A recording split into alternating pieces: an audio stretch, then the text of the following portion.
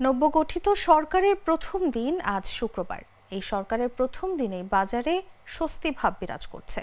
শুক্রবার রাজধানীর রামপুরা, মালিবাগ ও খিলগাঁও তালতলা বাজার ঘুরে দেখা গেছে অনেকটা স্বস্তি ভাব বিরাজ করছে ক্রেতা বিক্রেতাদের মাঝে। সবজি, ডিম, মুরগি ও পেঁয়াজের দাম কিছুটা কমতে শুরু করেছে। তবে চাল, ডাল, তেলের মতো কয়েকটি পণ্যের দর আগের জায়গায় স্থিতিশীল রয়েছে।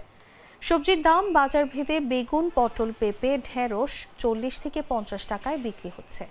ধুন্দুল, ঝিঙ্গে ও চিচিঙ্গার দাম 60 টাকার মধ্যে, আর বরবটি, করলা 80 টাকা।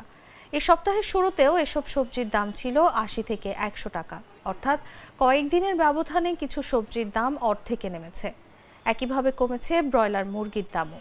প্রতি কেজিতে 20 টাকা কমে এখন বিক্রি হচ্ছে 180 থেকে 190 টাকা দরে। অন্যদিকে আন্দোলনের সময় পেঁয়াজের দাম কেজি প্রতি 10 টাকা বেড়েছিল, যা কমে এখন আবার আগের দাম 100 থেকে 110 টাকায় এসেছে।